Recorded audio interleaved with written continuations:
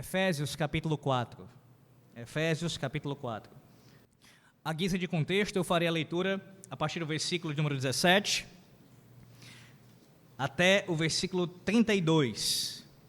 Todavia, o sermão se dará apenas no versículo 25. Nessa manhã, apenas o versículo 25 será exposto. Lembrando aos irmãos que os versículos 17 a 24 já foram expostos aqui em nossa série. Mas para lembrá-los do contexto, leremos a partir do 17. Veja aí, Efésios 4,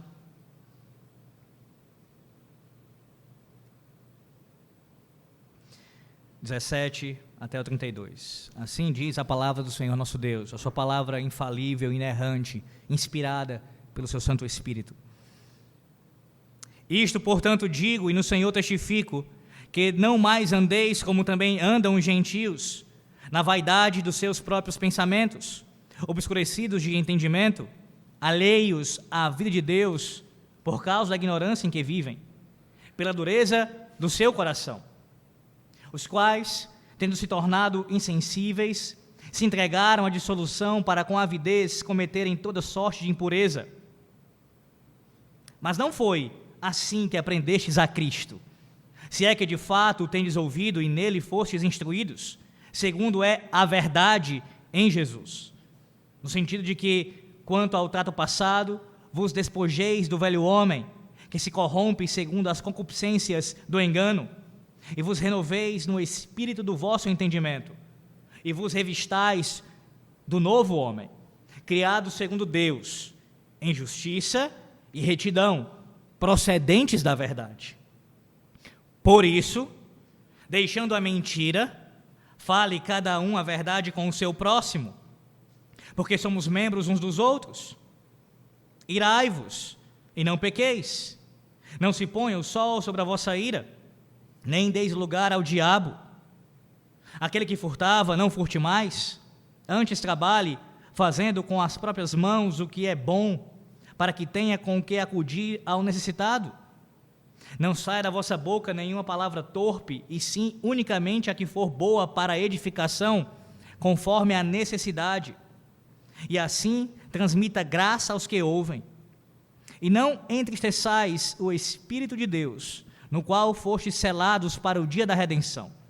Longe de vós toda amargura, e cólera, e ira, e gritaria, e blasfêmias, e bem assim toda malícia.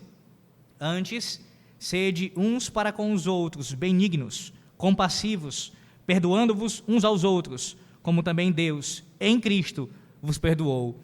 Amém. Meus irmãos, em nosso último sermão aqui, nós ouvimos o Senhor falar conosco nos versículos 17 a 24, tratando ali acerca da vida antes de conhecer a Cristo, a vida que é semelhante à vida dos pagãos, e a transformação que aconteceu conosco em nossas vidas após a conversão que Deus operou em nossos corações. O contraste é muito claro, você pode ver isso. Do 17 ao 19, Paulo traça aqui a vida dos gentios, a vida daqueles que não temem a Deus, os ímpios, e mostra várias características que eles possuem. E essas características fluem especialmente do fato de que eles têm o seu coração endurecido, ou seja, ainda não experimentaram a graça da salvação, ali dando-lhes um coração de carne que é submisso à palavra de Deus. Paulo exorta a igreja, a partir do versículo 20, a se comportar, a viver conforme a salvação que já aconteceu na vida deles. Eles aprenderam Cristo, eles ouviram e foram instruídos do próprio Cristo, no sentido de que pela pregação de Cristo, através de seus ministros, e conhecendo a verdade, devem viver em conformidade com esta verdade. Perceba que os últimos versículos que vão do 22 ao 24, mostram para nós aqui 3 verbos que exemplificam muito bem a nova vida de um cristão, de uma pessoa que foi salva pelo Senhor. Nós somos aqueles que devemos nos despojar das concupiscências, de todo o pecado. Nós somos aqueles que devemos ser renovados pela palavra do Senhor, em nosso entendimento, pela sua verdade, e também nos revestirmos diariamente em justiça e retidão procedentes da verdade. Paulo termina essa parte aqui, mas perceba que logo no versículo seguinte, o versículo 25, você tem aqui a continuidade desse ensino que ele vem trazendo, nesses versículos anteriores, de uma forma mais específica. Não perca isso de vista. Paulo não muda aqui completamente de assunto, pelo contrário, ele está na mesma toada, no mesmo caminho. Ele está agora, a partir do versículo 25, aplicando a verdade de forma mais específica, mais detalhada. É o mesmo assunto, só que ainda mais aprofundado. Veja como isso é claro a partir do versículo 24, onde eu disse no último sermão que justiça e retidão aqui mencionadas, nesse caso retidão é uma tradução para, uma mais precisa seria santidade. Justiça e santidade tem a ver diretamente com o decálogo, os 10 mandamentos. Ou seja, a síntese da lei moral do Senhor nosso Deus. Paulo expressa isso no versículo 24, nos mostra que o novo homem, aqueles que conheceram ao Senhor, devem viver em justiça e também em santidade, isto é, guardar a primeira tábua da lei, santidade, e guardar a segunda tábua da lei, justiça. Santidade diante de Deus, justiça para com os homens. E observe que esse procedimento, ele provém da verdade, é da verdade. E aí, a partir do versículo 25 em diante, ele começa a pegar esse ensino e aplicá-lo ainda mais detalhadamente. Pastor, mas o capítulo 4 não é marcado já o seu início, todo ele, até o final de Efésios, por aplicações da doutrina? Sim, é verdade. Nós já falei aqui sobre isso, que os 3 primeiros capítulos de Efésios são marcados de forma mais, na sua maior parte, por doutrina, por exposição de doutrina. Mas já expliquei também para vocês que isso não significa dizer que não há aplicações nos capítulos 1, 2 e 3. Da mesma forma, ainda que o capítulo 4, do capítulo 4 a 6, eles sejam marcados por aplicações da doutrina, isso não significa dizer que Paulo não esteja também simultaneamente expondo doutrina. Ele está fazendo isso, desde o início do capítulo 4 também. Só que o teor do seu assunto é mais marcado, mais enfatizada a questão da aplicação da doutrina. Ele já vem fazendo isso, como eu disse, e agora no versículo 25, ele vai aplicar de forma ainda mais específica. Essa é a ideia. Ele vem aplicando e agora ele vai aplicar ainda mais diretamente, ainda mais, com mais riqueza de detalhes. É essa a ideia. É o que ele faz aqui, no versículo 25 em diante. Além disso, eu quero que você observe que esses versículos aqui, e eu estou falando agora do versículo 25 até o 32, eles são também marcados por uma característica bem importante acerca dos nossos relacionamentos com o nosso próximo. Observe isso. Ele fala de mentira e verdade, ele fala de ira e não pecar quando se irá, ele fala de furtar e também de trabalhar. Todas as aplicações do apóstolo Paulo aqui são especialmente relacionadas com os nossos relacionamentos com o nosso próximo. Ou seja, o seu foco principal aqui é na segunda tábua da lei.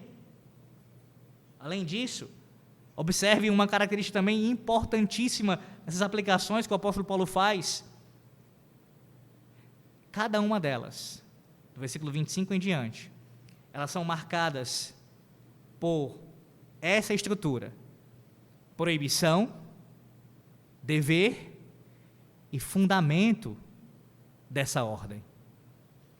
Ele proíbe, ou ele traz uma proibição para a igreja, isto é, não façam assim. Ele também dá uma ordem, procedam assim, e em seguida ele traz o fundamento, a razão para o procedimento ser dessa maneira. Isso te lembra alguma coisa? Se você é familiarizado com nossos símbolos de fé, e eu espero que você seja, você já deve ter lido e aprendido que este é um dos princípios acerca dos 10 mandamentos. Nossos símbolos de fé expõem isso de forma muito clara. Os mandamentos são marcados por essa característica, a saber que eles possuem aspectos positivos e negativos. Não, negativos não é no sentido de dizer que eles têm alguma coisa de má neles, não é isso. Mas a ideia de proibição, é de não façam isso. E o aspecto positivo é de dever. Façam isso. Por exemplo, primeiro mandamento da lei de Deus: não terás outros deuses diante de mim. Aqui, a estrutura do mandamento está na sua ênfase aqui, é com relação à proibição. Não cometam idolatria. Não adorem qualquer outro que não seja eu, o Senhor. Mas nesse mesmo mandamento que há uma proibição clara, por inferência, também nós temos um dever. Somente a Deus darás culto. Negativo e positivo. Proibição e dever. E o fundamento, a razão. Alguns mandamentos, inclusive, trazem essa razão anexa ao mandamento de forma ainda mais clara. A razão por que deve-se guardar o mandamento. Exatamente o que Paulo está fazendo aqui. Para você ver, mais uma vez, que os símbolos de fé não são tirados da cabeça de alguns homens, eles pensaram e fizeram isso do nada. Isso tem amparo bíblico, teológico. Desde o Antigo Testamento, esse é o padrão. Os mandamentos possuem essa característica, e Paulo está fazendo exatamente a mesma coisa aqui. Ele está pegando os 10 mandamentos, especialmente aqui a segunda tábua da lei, e está apresentando, aplicando essa tábua de forma positiva e negativa, e fundamentando as razões para isso. Essa é a estrutura, meus irmãos, que permeia toda essa seção aqui. Proibição, dever e razão para obedecer.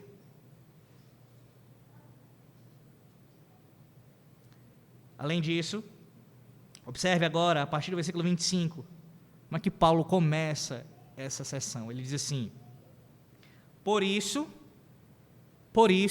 ou seja, aqui, meus irmãos, a ideia aqui da expressão aqui, você sabe, essa é uma conjunção e traz, sim, diretamente o que foi dito de forma anterior. Ele acabou de falar sobre um assunto e em seguida ele usa essa conjunção. E nesse caso é uma conjunção que tem uma característica incisiva.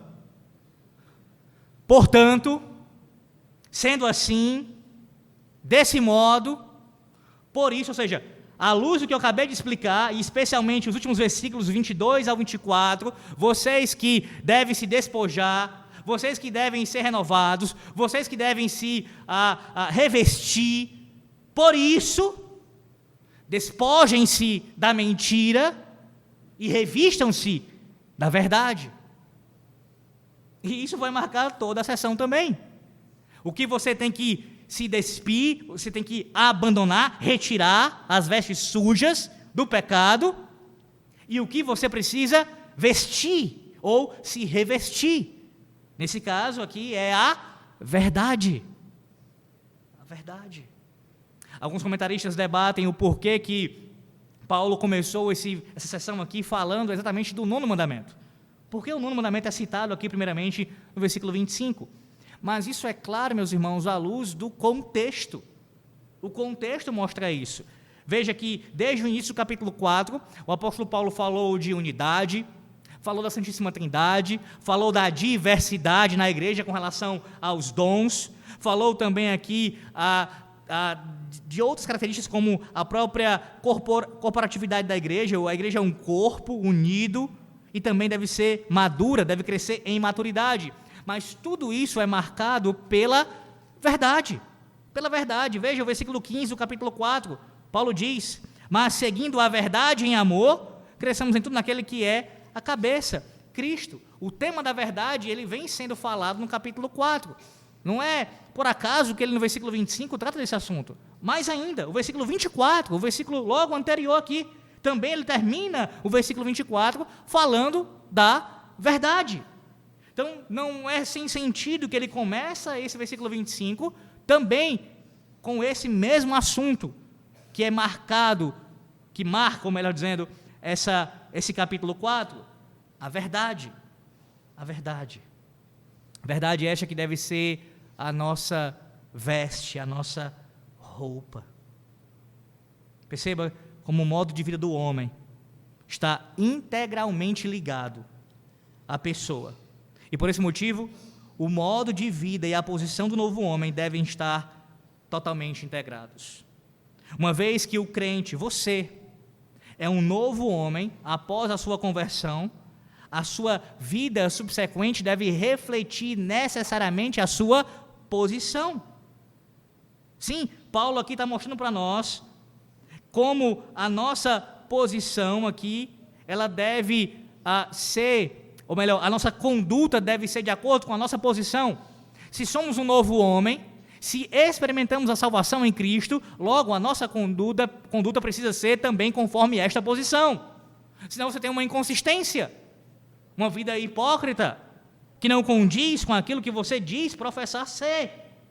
Ou você não é um novo homem, ou você não é uma nova criatura, ou você não está em Cristo.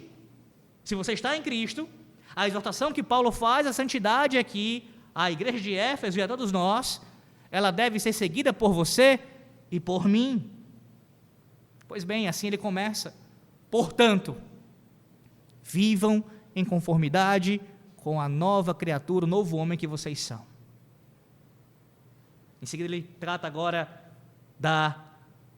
do despir, do despojar. O que a gente tem que desfazer? O que a gente deve retirar? Ele diz, deixando a mentira. Ou também a ideia é, não usem de falsidade. Não usem de falsidade. Todos nós devemos nos despojar de tudo que é falso, de tudo que é mentiroso, de tudo que é ilusório. Sim, a ideia aqui é também de uma falsidade consciente e intencional. No sentido mais amplo, tudo que não é o que parece ser. Ou seja, mais uma vez a ideia do engano presente. O cristão deve se despir, deve abandonar tudo que é enganoso, mentiroso. Essa palavra é usada pelo apóstolo Paulo também em outras passagens bíblicas. Você pode depois ver com calma o texto de 2 aos Tessalonicenses, capítulo 2, versículo 9 e 11. 2 aos Tessalonicenses 2, 9 e 11. Ali Paulo descreve o homem do pecado, que é marcado, o anticristo, também pela mentira, pelo engano. Em Romanos, capítulo 1, versículo 25, ele também traz essa palavra. Veja, vamos lá para Romanos 1, 25, quero que você veja esse texto. Romanos 1, 25, onde Paulo usa também essa palavra aqui, mentira.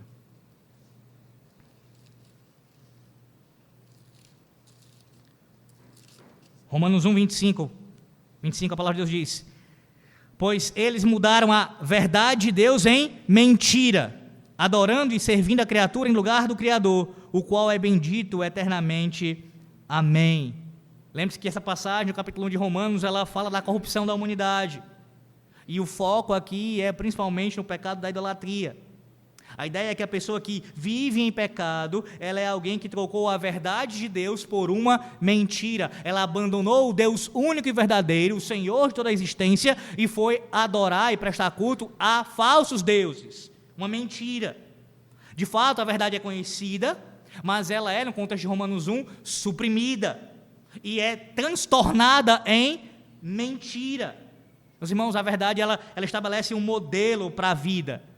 Se você crê que existe um Deus, que existe um Criador, necessariamente você tem que ajeitar a sua vida em conformidade com a vontade desse Criador. O que os pagãos fazem? O que os ímpios pensam?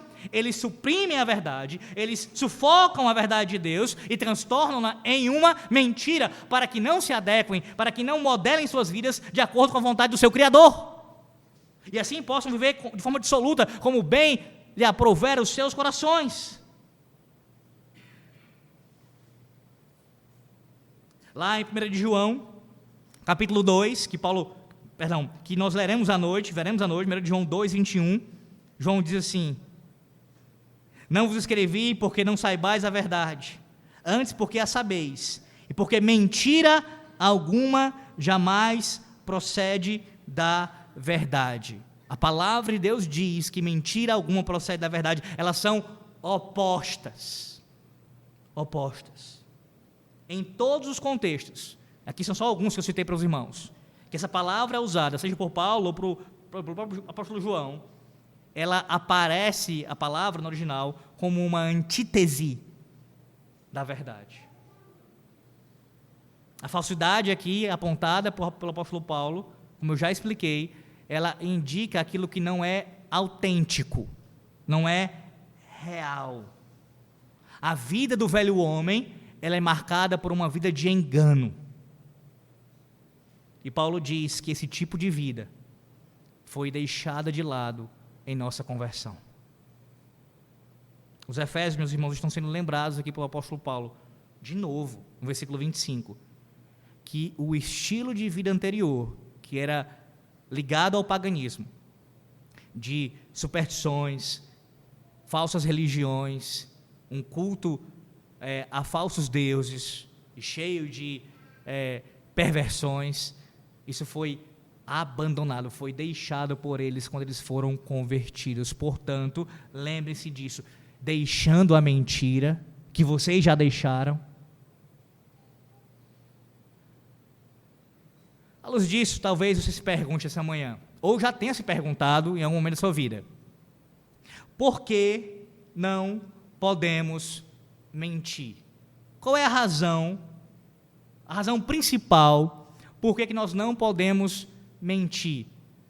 E eu espero que para você, você consiga compreender o que eu estou dizendo com isso, porque se você é um crente, e eu parto desse pressuposto que você é um crente ouvindo essa palavra, você deve achar estranho, não faz sentido. Ora, porque é pecado, pastor, isso é óbvio.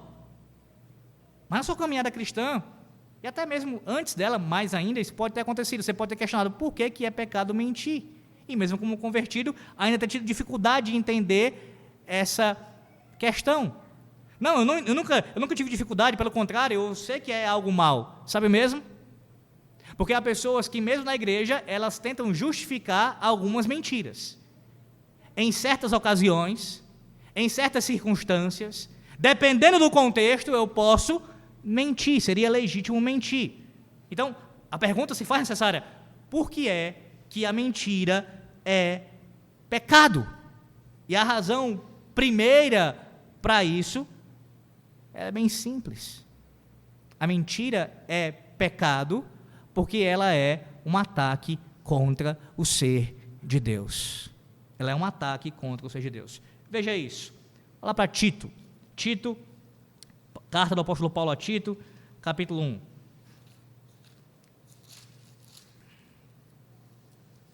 Tito 1, versículo de número 2. Lerei a partir do versículo 1. Tito 1, versículos 1 e 2, mas o foco é o versículo 2. Paulo, servo de Deus e apóstolo de Jesus Cristo, para promover a fé que é dos eleitos de Deus e o pleno conhecimento da verdade segundo a piedade, na esperança da vida eterna, que o Deus que não pode mentir, prometeu antes dos tempos eternos. A menção aqui do apóstolo Paulo é claramente ao Deus Pai, fazendo aqui a distinção entre ele e o Deus Filho, que também é mencionado nesse texto. O Deus Pai não pode mentir, Deus não pode mentir. Olha para João capítulo 14. João capítulo 14. João 14. Versículo 6. Texto bastante conhecido, que você deve saber de cor, imagino. João 14, 6. Respondeu-lhe Jesus: eu sou o caminho e a verdade e a vida. Ninguém vem ao Pai senão por mim. Deus Filho é a verdade, portanto ele não pode mentir também, nem tolerar a mentira. E ainda em João 14, versículo 16 e 17. E eu rogarei ao Pai, e Ele vos dará outro Consolador, a fim de que esteja para sempre convosco, o Espírito da verdade, que o mundo não pode receber, porque não o vê, nem o conhece. Vós o conheceis, porque Ele habita convosco e estará em vós. E é este Espírito Santo que guia o seu povo a toda verdade. Pai, Filho e Santo Espírito, todas as três pessoas da Trindade são verdade. Deus é verdade. Deus não pode mentir. Deus conduz o seu povo na verdade. Portanto, Ele não pode tolerar a mentira. Sendo assim, meus irmãos, qualquer mentira é um ataque direto ao próprio ser de Deus, porque Ele é verdade. Ele não somente profere verdade, ele não somente anda, por assim dizer, na verdade, ele é verdade.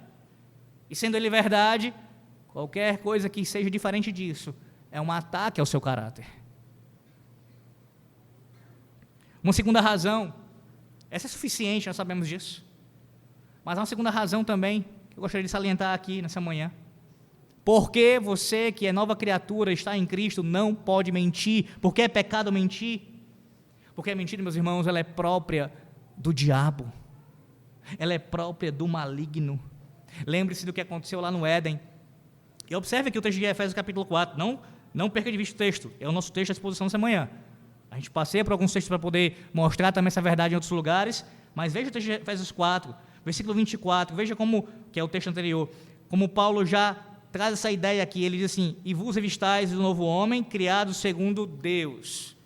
Criado segundo Deus. Ele estava falando sim aqui da nova criação, ou seja, de que nós fomos recriados em Cristo, nós somos feitos novas criaturas. Mas é impossível a nossa mente não ir lá para o Éden, até porque é com esse pano de fundo que Paulo apresenta essa verdade. Nós que fomos criados uma vez por Deus, fomos recriados por Deus em Cristo. E o que foi que aconteceu na primeira criação? Na primeira criação, quando Deus colocou o homem no jardim, o criou e o colocou no jardim ali, ele e sua mulher, o diabo, o pai da mentira, ele enganou a Eva e conduziu ao pecado, a humanidade, através do pecado, da mentira, da falsidade, do engano, da ilusão, daquilo que aparentava ser algo, mas não era de fato. Porque ele é mentiroso e homicida desde o princípio, como diz também o texto de João capítulo 8. O nosso Senhor, apontando ali a realidade da liderança judaica, liderança religiosa, mostra que eles, por mais que tivessem o sangue de Abraão, fossem descendência física do pai Abraão, eles não eram de fato filhos de Abraão, apenas na carne, mas não no espírito. Por quê? Porque as obras deles testificavam que o pai deles era Satanás. E o Senhor Jesus Cristo demonstra isso, apontando para o pecado da mentira. Vocês amam a mentira, vocês vivem na mentira, vocês são filhos do diabo, porque a mentira é própria dele. Porque você não pode mentir, você é nova criatura, você é alguém que conhece a Cristo, você é alguém que foi criado por Deus e recriado pelo Senhor em Cristo. Você não pode mentir, porque é um ataque ao ser de Deus. Você não pode mentir, porque a mentira é própria do diabo. A questão é, a quem você pertence? Nessa manhã você é lembrado disso. A quem você pertence? Você é filho de Deus? Os filhos de Deus, ainda que não perfeitamente, por causa do pecado que ainda temos que lutar contra ele, andam em verdade, falam a verdade, seguem a verdade em amor. Os filhos do diabo praticam e amam a mentira e não têm nenhum desejo de abandoná-la. Olha lá para Provérbios capítulo 13. Provérbios 13, versículo 5.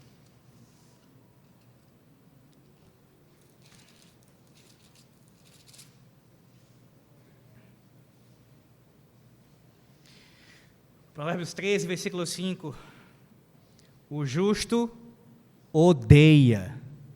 Essa é a ideia. O justo odeia a palavra de mentira, mas o perverso faz vergonha e se desonra. Uma outra pergunta que você deve responder nessa manhã: você odeia a mentira? Você odeia a mentira? Ou há algo nessa manhã que você precisa confessar? Não confessar como os papistas entendem, de conduzir isso a um sacerdote que precisa ali ouvir uma confissão auricular e você ser perdoado por este sacerdote. Não, a pergunta é se você precisa confessar algo primeiramente diante do Senhor Deus. E abandonar a mentira. Ou seja, qual for a área de sua vida em que você tenha andado, esteja andando em mentira. Há algo que você precisa confessar? Talvez você responda essa manhã, mas pastor, eu não costumo mentir. Na verdade, eu odeio a mentira, eu abomino a mentira. Se você fala isso, baseado no texto de Provérbios, tudo bem, você está correto, e Efésios 4, 25, como um crente você deve de fato viver assim. Mas eu espero que a sua fala não se remeta à ideia de que você nunca mente. Como se fosse assim, esse pecado eu não cometo. Esse eu estou limpo, esse está tranquilo com relação a isso. Porque só o raciocinar assim, você já incorre em pecado de mentira. Todos nós quebramos o nono mandamento, meus irmãos, em um maior ou menor grau. Todos nós quebramos o nono mandamento, assim como os demais. E aí, como esse texto, versículo 25 em diante, é principalmente marcado no capítulo 4 de Efésios, por várias aplicações que o apóstolo faz, não tenha dúvida que esse é o nosso foco nessa manhã, também será nos próximos sermões. Mais ainda, aplicações relacionadas ao texto. Em primeiro lugar, que tipos de mentiras nós temos vivenciado em nossos dias? Não que isso não tenha acontecido no passado, em outras áreas também, mas focando especialmente em algumas coisas que acontecem em nosso meio até. Primeiro, com relação à tentação na área acadêmica. Pesquisas que permitem respostas anônimas, isso já aconteceu, foram feitas pesquisas, onde estudantes universitários, eles revelam que a maioria dos alunos admite colar em alguma prova. E eu não sei se isso vai lhe espantar, mas há casos até em seminários que isso acontece. Aquela impressão, né? Casa de profetas. Tudo santo. Ninguém ali comete nenhum pecado, ninguém mente. Pois bem, há casos assim também em seminários. Colar durante uma prova. E aí as razões são muitas apresentadas. Pressões acadêmicas, exigências de autoridades, ansiedade quanto ao futuro. Eu tenho que me formar, eu tenho que ser alguém na vida, então eu vou fazer o que for necessário para isso. A preocupação com a credibilidade pessoal. Se eu tirar uma nota baixa, como é que meus colegas, como é que os meus pais, como é que os meus amigos irão me ver? Além do fato da necessidade de compensar a falta de disciplina. Não se organiza, não estuda como deveria, chega o dia da prova, não sabe o que responder, por isso vou colar. É mais fácil. Isso não apenas para aqueles que estão na academia, no sentido da faculdade, mas para você também, viu, criança, que ouve. Ou os adolescentes que ouvem também, no período do colégio. Quando você cola, se você o faz, você está quebrando o nono mandamento. Está pecando contra o Senhor da verdade. Porque aquela resposta, ela não procedeu da verdade. Uma pesquisa séria que você estudou e deu ali a sua resposta. Não, você colou. Como essa tentação ela é forte em nossos corações. Uma prática muito comum também no ambiente acadêmico e até mesmo em questões na área do seminário é a prática do plágio. Você sabe o que é um plágio, não sabe? Você, de forma resumida, você pegar o trabalho de alguém, ou a maior parte, ou boa parte dele, e copiar. É um Ctrl-C, Ctrl-V, usando a linguagem dos nossos dias. Ou seja, você é um copia e cola e diz que é seu. Talvez, às vezes, para poder disfarçar um pouquinho, muda uma palavrinha ou outra, né? Uma frasezinha ou outra. Mas ali não uma citação, direta ou indireta, que você pode fazer, é legítimo no trabalho acadêmico, mas é de fato um plágio. Um plágio. Plágio é pecado, irmãos. Não sei se você sabe disso. E é quebra do nono mandamento. Um problema seríssimo que também tem afetado os seminaristas. Eu já soube de caso, em um dos seminários que eu estudei, o seminarista expulso do seminário, e graças a Deus por isso, porque plagiou um trabalho. E o seminário agiu com rigidez, o seminário Teresina.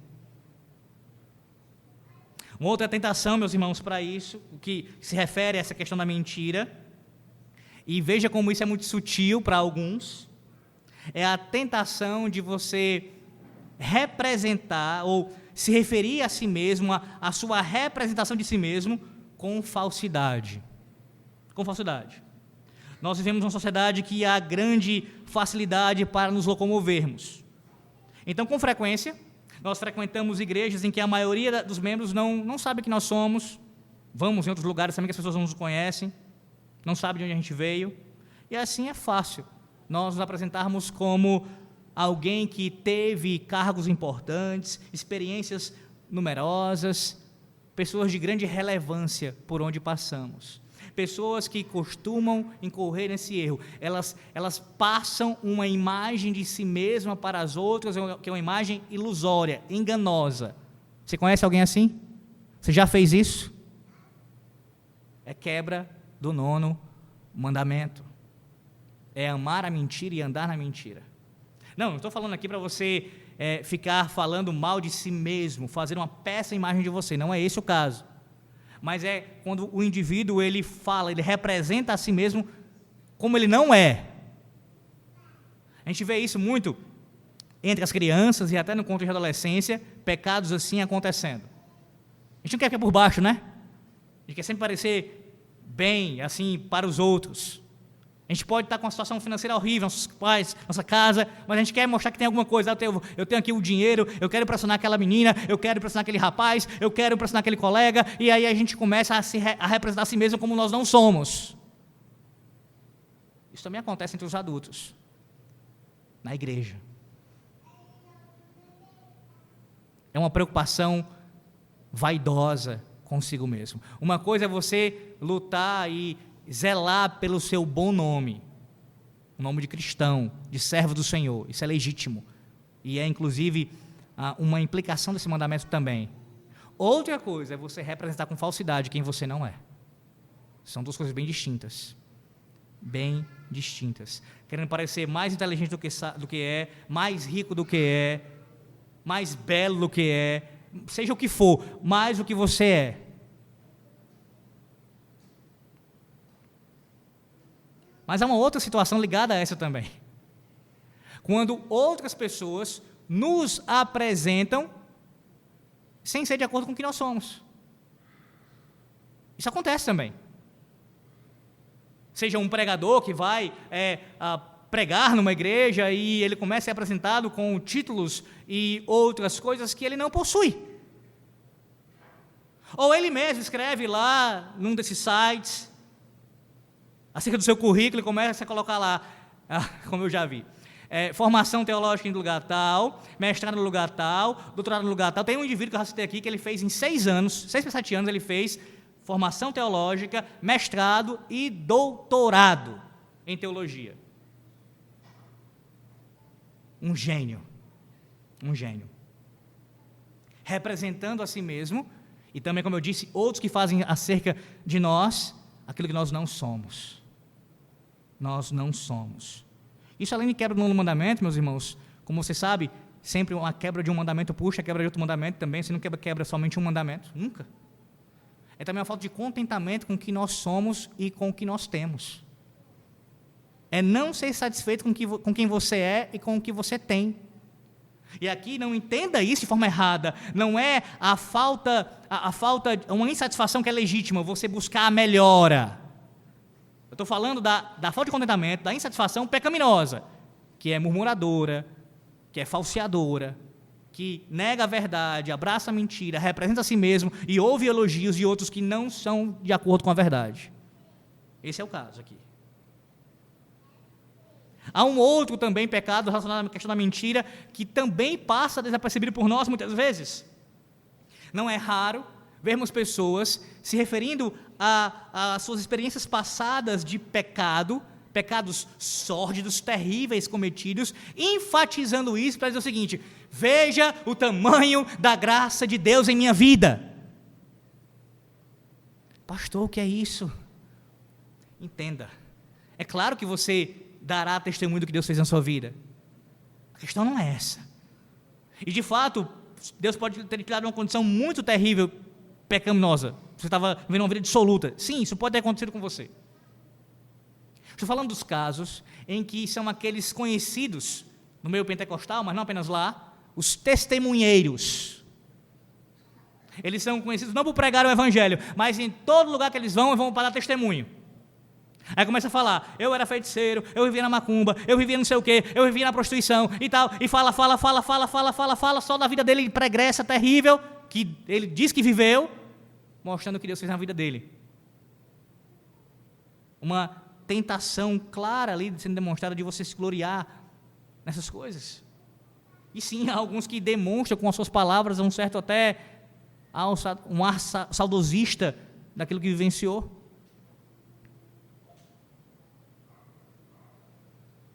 Há um outro caso também, esse aqui, como é importante nós falarmos sobre isso.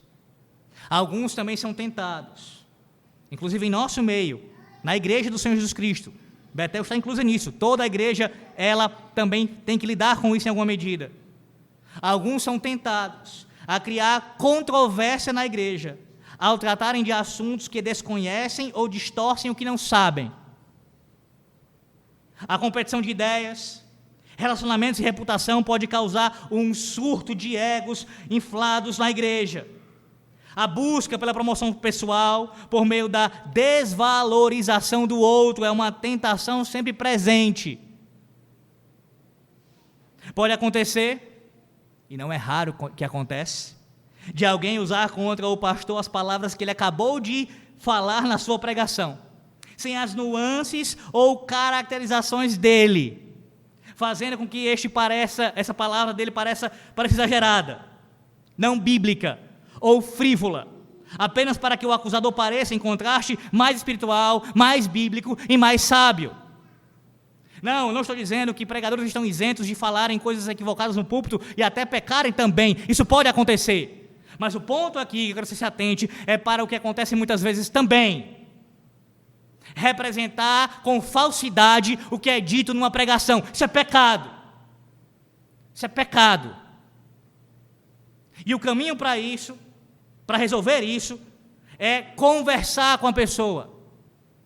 É ouvir e saber se foi isso mesmo que ela quis dizer, no caso, o pastor. Mas qual é o nosso comportamento? Qual é a nossa atitude primeiramente? É sair falando para os lados. Isso é atitude de covarde. Covarde. Homem e mulher de Deus lida com os problemas olhando nos olhos e falando, dizendo, eu discordo disso, olha, eu ouvi isso aqui de forma diferente, eu não entendi muito bem, me explique por favor, e não falando para os lados. Ao questionar, meus irmãos, a integridade ou a inteligência dos presbíteros e da liderança da igreja como um todo, podemos presumir e sugerir, sem pleno conhecimento das razões que levaram a liderança a tomar determinada decisão, e pela desvalorização deles, elevar a nossa posição ou o senso de importância. Entretanto, expressar suspeitas quando não se conhece os fatos é desobedecer ao mandamento bíblico de falar somente a verdade. Como somos tentados a isso também? Ouvimos que tal decisão foi tomada, uma proibição foi feita, ou um dever foi exigido, alguma coisa foi proferida e já pressupomos o mal. Por que não perguntar? Por que não tirar a dúvida? Por que não de forma legítima, sincera e submissa à palavra de Deus, questionar, querendo entender o que foi feito e por que foi feito? Mas o mais fácil é dar lugar ao diabo. O mais fácil é ouvir o difamador e assim prosseguir, assim como ele, difamando e soltando no meio da igreja coisas que não procedem da verdade. Essas pessoas possuem a necessidade de demonizar o inimigo, isto é, representá-lo de um modo tão grotesco que nenhuma pessoa consiga olhar para ele, seja o pastor, o presbítero ou qualquer outro irmão da igreja, em sã consciência e não odiá-lo pelas suas atitudes, pelo que ele fez, ou supostamente disse ou fez. É um modo, infelizmente, extremamente eficaz de propaganda, mas é devastador no contexto da igreja local, onde devemos falar somente o que sabemos ser verdadeiro. Se você não sabe, se tem dúvidas, cale-se. Cale-se. Uma das coisas que nós aprendemos em aconselhamento bíblico, e você precisa aprender isso uma vez por todas, se você não aprendeu ainda, e praticar, é ouvir os dois lados. É tão básico, né? Isso se dá com relação ao casamento. Nunca um pastor, ou quem quer que seja, vai ouvir somente o marido, ou somente a esposa. Isso se dá com relação à relação com os filhos, isso se dá com relação aos irmãos da igreja, é com tudo. Há um problema um conflito entre um pastor e um membro, se for o caso, eu vou ouvir o membro e eu escuto o pastor. Eu não só escuto um lado. Mas normalmente me apetece ouvir só um lado, não é assim? Eu escuto um lado, a gente é assim, a gente é inclinado a ser sempre de um time. Ô, desgraça essa! Desgraça essa! Eu tenho que levantar uma bandeira, eu tenho que me posicionar, eu tenho que ser desse lado ou daquele lado. Eu não posso simplesmente procurar, dentro do que for possível, obviamente, usando a palavra de Deus, discernir as coisas e dizer, eu vou ouvir os dois lados e vou chegar à conclusão de acordo com a palavra, não por afeições que eu tenha pessoais por alguém. É a verdade que me guia. E a minha vontade, as minhas afeições e o meu entendimento tem que se curvar à verdade. E não o contrário. E não o contrário. Tiago diz que a pessoa que se considera religiosa, mas não sabe refrear a língua, ela engana o próprio coração e sua religião é vã. Tiago 1:26. Boatos que correm pelos corredores da igreja. Fofoca, isso mesmo. E há aqueles que falam e os que ouvem. Os que são marcados por falar e aqueles que são caracterizados por ouvir, porque normalmente quando a gente fala de fofoca e de boatos na igreja, nós só nos remetemos aos que falam, e sim, estão pecando, mas também há aqueles que dão ouvidos, e escutam a fofoca, e no lugar de corrigir o irmão em amor e dizer, peraí, você está me falando isso, você falou com ele? Olha, o irmão falou tal coisa, você viu o irmão fazendo tal coisa, já conversou com ele diretamente? Não conversei. Então, não quero saber disso. Converse com ele, primeiramente. Converse com ele. É assim que o crente procede. Ele não fica só ouvindo, porque ser um receptor de fofoca também é fofocar. Também é não andar em verdade. E há aqueles que fazem isso de uma forma que é espiritualizada. Você já viu? Você já fez isso? A pessoa vai falar um problema na vida de um irmão, um problema que de fato está acontecendo, um pecado que ele cometeu ou que ele tem cometido, e ela, com o intuito de passar a conversa adiante, no lugar de conversar com a pessoa, ela vai numa reunião de oração, ou até mesmo numa conversa informal, dizer assim, olha, eu tenho que lhe falar, eu tenho que falar para vocês sobre a vida de pessoa, está assim, assado, e começa a expor coisas que as pessoas nem sabiam, e não precisavam saber. Você poderia ir lá conversar com uma pessoa e chamado ela em amor à correção. E você começa a expor e a difundir as coisas que estão acontecendo na vida daquela pessoa, sem nenhuma necessidade. Sem nenhuma necessidade. Por que é uma fofoca espiritualizada? Porque o foco estou falando isso para a gente orar por ele, para a gente ajudar ele. É mesmo? Sonde seu coração com relação a isso. É mesmo? Será que é mesmo? Será que essa é a motivação mesmo? Desconfie de si mesmo. Desconfie de si mesmo, sempre. Inclusive, quando você estiver em questões também envolvido numa questão de uma avaliação sobre alguém, você pode estar errado. Por último, esse momento aqui ainda, há também uma tentação que nós sofremos, que é de distorcer os fatos. As falsidades, meus irmãos, elas são tão tentadoras quando lidamos com a compra de um bem material, como um carro, uma casa, relatórios de despesa, imposto de renda, olha aí, aqueles que gostam de sonegar, contratos de negócios, multas na biblioteca, prazos de vencimento, aluguel, horários, como se diz, marcar um horário e você mentir, dizendo que chegou atrasado por outro motivo que não foi, acidentes de trânsito, questões quanto à educação dos filhos, do tipo, eu estou dando essa comida para o meu filho aqui, e eu estou colocando dentro da comida dele verdura, mas eu não digo que eu estou colocando verdura, se ele perguntar, eu minto de que não coloquei. Mentiras brancas, né? Tranquilas, para o bem. Pressões do cônjuge lhe perturbando, lhe pressionando sobre uma coisa, e você, com medo de dizer a verdade para ele, e aí você vai e mente. Uma coisa pequenininha, uma bobagem. As oportunidades de esconder ou diluir a verdade para fugir das consequências e de promover o ganho pessoal, são desafios constantes que, com frequência, levam ao pecado. E uma das formas de fazermos isso é com aquela máxima já antiga: os fins justificam os meios. Justificam mesmo? Poderia citar vários exemplos, mas eu vou lembrar apenas de um exemplo essa manhã. Lembra do apóstolo Pedro? Eu já preguei sobre isso aqui, lá em Marcos 14.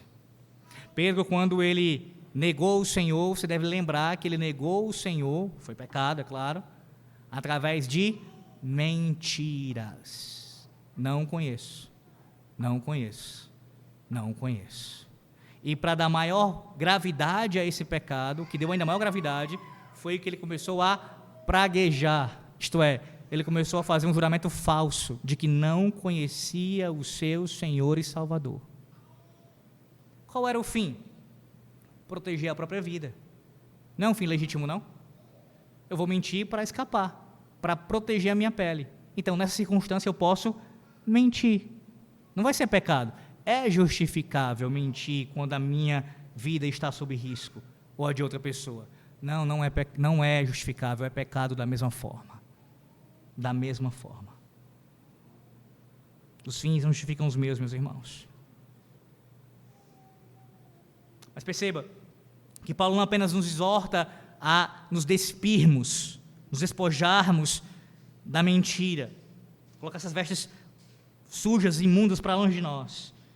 Como um bom pastor, ministro do Evangelho, ele não nos diz apenas o que nós não devemos fazer, mas também o que nós devemos fazer. Lembre-se que os ídolos que são quebrados e são retirados das nossas vidas, eles não apenas devem ser retirados, mas outra coisa tem que ocupar o seu lugar. Você retira o pecado da mentira e coloca a verdade. A verdade. Veja, em segundo lugar, a próxima parte do versículo 25, a ordem aqui. Veio a proibição, agora vem a ordem, o dever. Fale cada um a verdade com o seu próximo. Falem a verdade. Meus irmãos, a verdade, ela tem tanto a ver, ela tanto está relacionada ao fato de nós falarmos, nós proferirmos algo que esteja sendo sincero, fluindo de fato de nossos corações, não algo hipócrita, mas sincero, em sinceridade se deve falar, mas também aquilo que é dito, o seu conteúdo, deve estar de acordo com a realidade. Porque sim, há pessoas que podem proferir uma palavra ou uma frase, ou enfim, toda uma fala que é sincera, ele está falando aqui com toda sinceridade, mas aquilo não condiz com a realidade dos fatos. Então permanece sendo mentira. Mas há também alguém que possa proferir uma verdade e fazer isso sem ser com sinceridade. Então as duas características, elas estão presentes no exercício da verdade. Uma harmonia plena entre a sinceridade, aquilo que sai dos nossos corações, bem como também a realidade dos fatos, aquilo que de fato é verdade.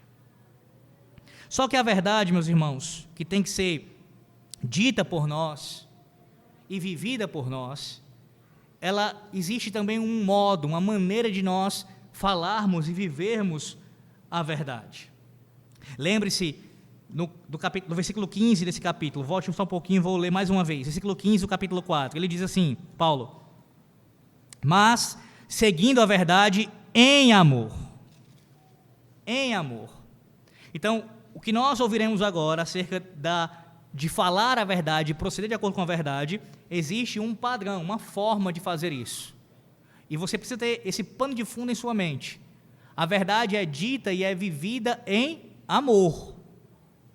Significa isso, e citando aqui de forma indireta nesse momento, depois diretamente, mais na frente, nossos símbolos de fé ensinam que uma das coisas que a verdade não pode ser feita, não pode ser dita, é de maneira inoportuna. A verdade não pode ser dita inoportunamente. Ou seja, você não é obrigado a falar sempre. Eu digo abrir a sua boca e falar. Mas sempre que você falar, todo o seu conteúdo deve ser verdadeiro.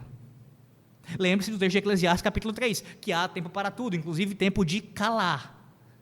E, inclusive, essa característica do silenciar-se, diante de algumas circunstâncias especialmente, ela é uma característica de sabedoria. O tolo fala demais. E por falar demais, ele fica mais propício a pecar com relação à verdade, no caso, contra a verdade. Pecar com a mentira. Quanto mais fala, mais exposto ele fica. E mais probabilidade de ele pecar mentindo. Então você não precisa falar. Quantas circunstâncias, imagine que você deve ter passado na sua vida. Eu posso citar inúmeras na minha vida, onde o calar seria melhor, você ficar calado, e você não estaria mentindo, estaria pecando, se você for calado. E você foi lá e foi falar. E quando você falou, você acabou mentindo ou concordando com a mentira. Ainda que não tivesse uma intenção primária de fazer isso. Você poderia ter ficado calado. Calado. Então, não é falar em todas as circunstâncias. Como assim, pastor? Seja mais claro.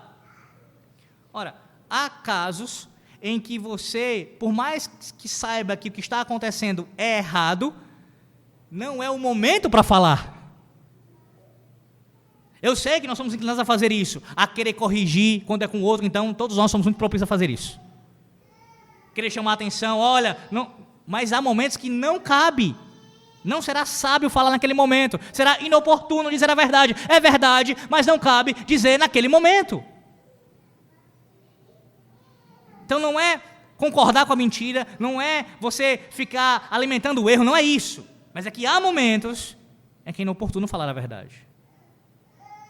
Deixa eu dar um exemplo mais claro para você, é simplificar com a situação real, de algo que você pode já ter vivido ou até passar por isso. Imagine um funeral de alguém que morreu e essa vida era uma vida ímpia, uma pessoa que, até onde você sabe, não conheceu a Cristo, e você vai lá para consolar os familiares, algum amigo seu, algum conhecido, e aí a pessoa lhe indaga a respeito do destino eterno daquela pessoa, e você vai falar naquele momento para ela sobre isso, em que ela está chorosa e precisando de consolo e de ajuda, você vai chegar, está no inferno, viu? Está no inferno, está no inferno. É isso que você vai fazer? É verdade, se ele de fato não viveu com Cristo, mas não é o momento para falar isso, muito menos a forma. Esse é um exemplo claro de você falar no momento errado, inoportunamente. Nesse momento é melhor silenciar e ouvir a pessoa falar e dar o seu ombro e chorar junto com os que choram. Os puritanos diziam que uma das funções da língua estar presa em nossa boca, Deus fez isso de forma didática também, para trazer essa ideia de que a língua tem que ser controlada, tem que ficar presa, e não solta como janelas abertas, que o vento bate e elas ficam batendo e abrindo e fechando de forma descontrolada. A tua língua, crente, não é para ser assim, nem a minha, mas está presa em nossa boca, e deve submeter à vontade do Senhor. E aí é bem provável que você pergunte, mas pastor, quando é que eu devo dizer a verdade então? Porque de fato há momentos que a gente não sabe discernir um momento a falar a verdade. Bem, para isso você precisa se basear primeiramente nessas duas coisas. Você, como um crente, deve orar ao Senhor e confiar, crer que o Espírito Santo, que guia o seu povo a toda a verdade, te dará o discernimento para falar a verdade no tempo oportuno. Creia nisso. Ele lhe conduz a toda a verdade, ele lhe dá a condição de fazer isso. E ao mesmo tempo, lembre-se que o Espírito trabalha juntamente com a sua palavra que ele inspirou. Conheça, e conheça muito, e conheça demais, e conheça profundamente a sua palavra, a sua revelação. Quanto mais você conhecer da palavra de Deus, mais você terá conselhos sábios para falar no momento oportuno. Vai lá para Provérbios 27. Estamos indo para o final já, tá, irmãos? Provérbios 27.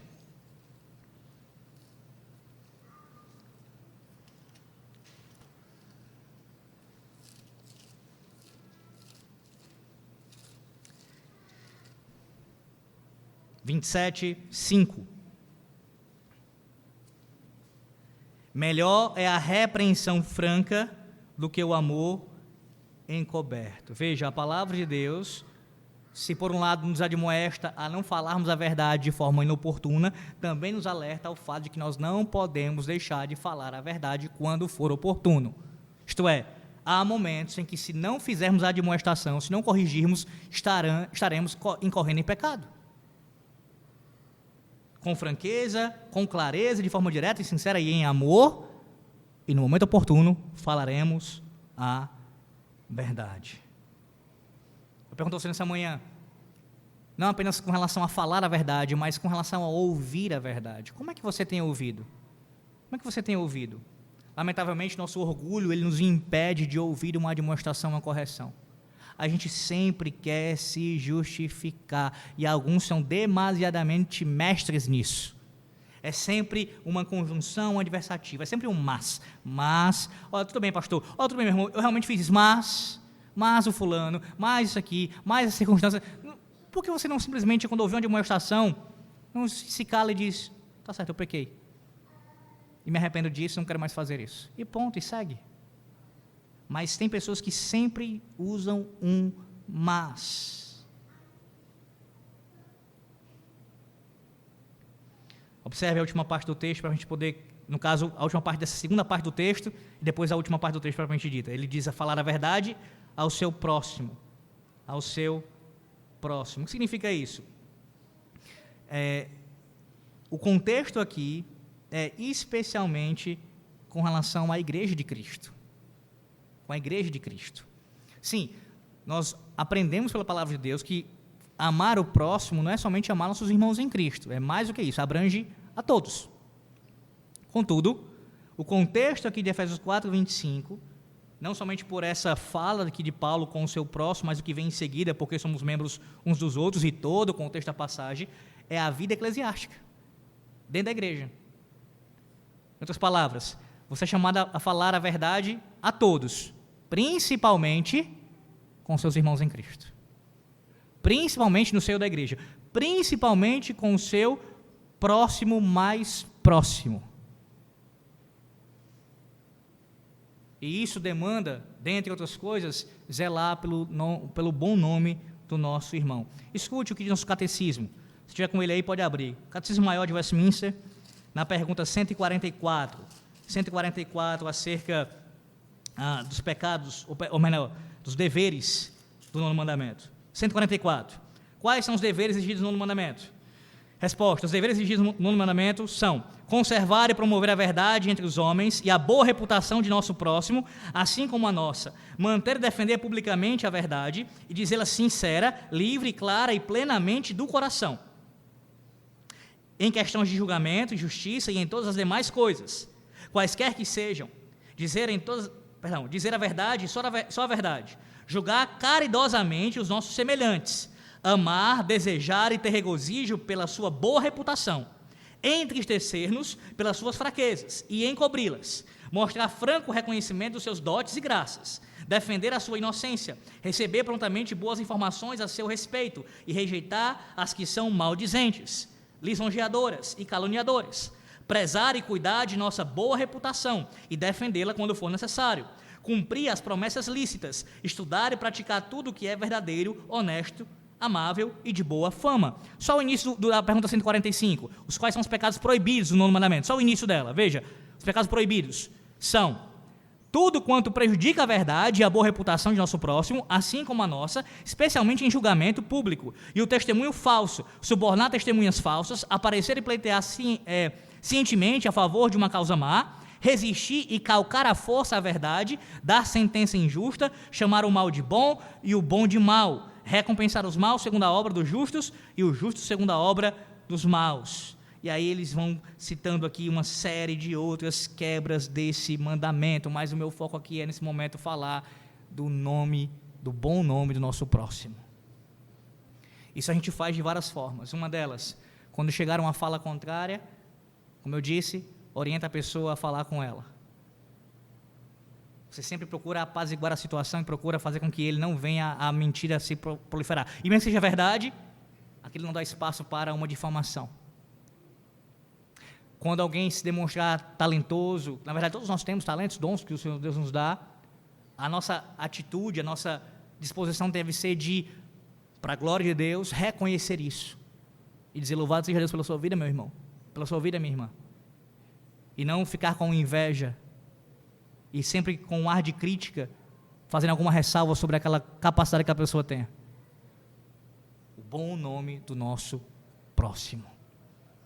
Em último lugar, e aqui nós encerramos, o fundamento. Veja, Paulo diz, porque somos membros uns dos outros. Paulo agora usa essa metáfora, meus irmãos, que ela é presente em toda a carta aos Efésios, do corpo aqui, para evidenciar mais uma vez o relacionamento íntimo que nós temos uns com os outros.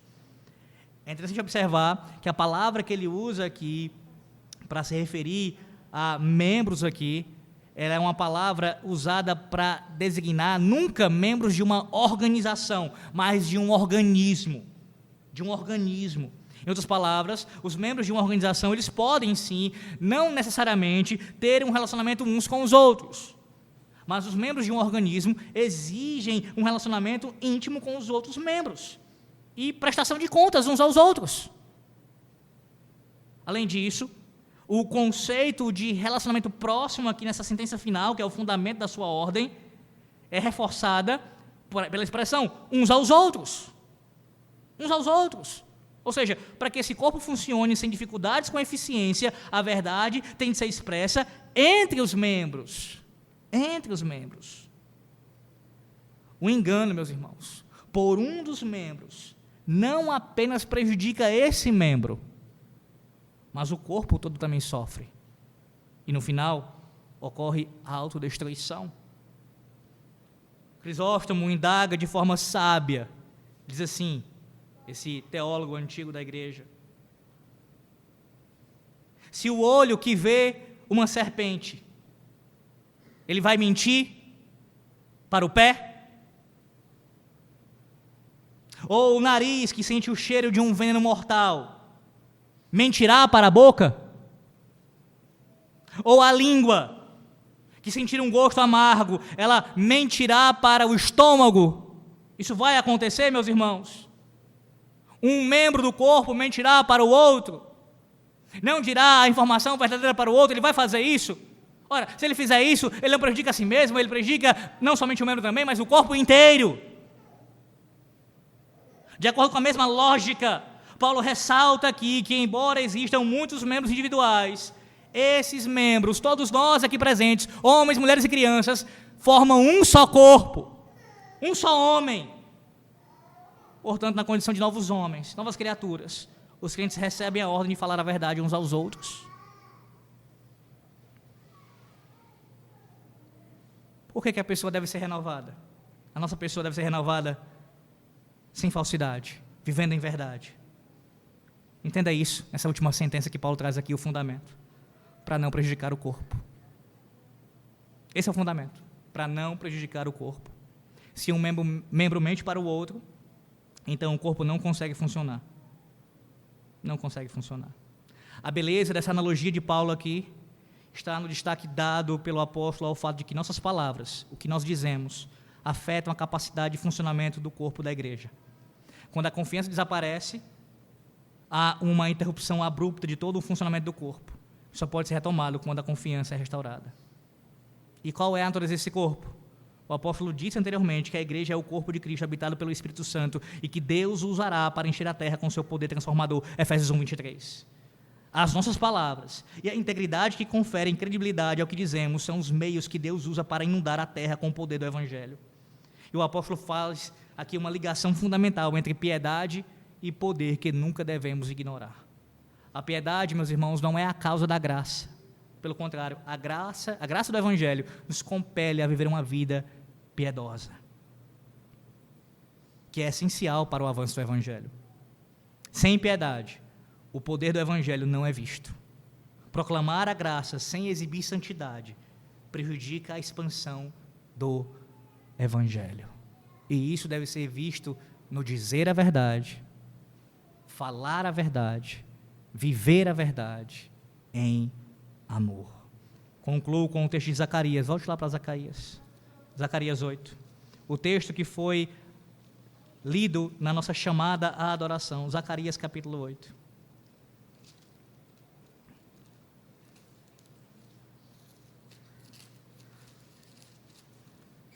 Não lerei inteiro novamente, que nós já lemos aqui no início do culto, mas se atente para, primeiramente, o versículo de número 14.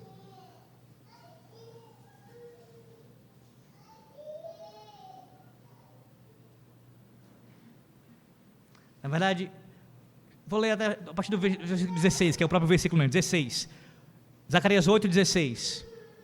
Eis as coisas que deveis fazer, falai a verdade cada um com o seu próximo, executai juízo nas vossas portas, segundo a verdade, em favor da paz. Nenhum de vós pense mal no seu coração contra o seu próximo, nem ame o juramento falso, porque a todas estas coisas eu aborreço, eu odeio, diz o Senhor. Paulo, no capítulo 4, versículo 25 de Efésios, está fazendo uma citação do texto de Zacarias, capítulo 8.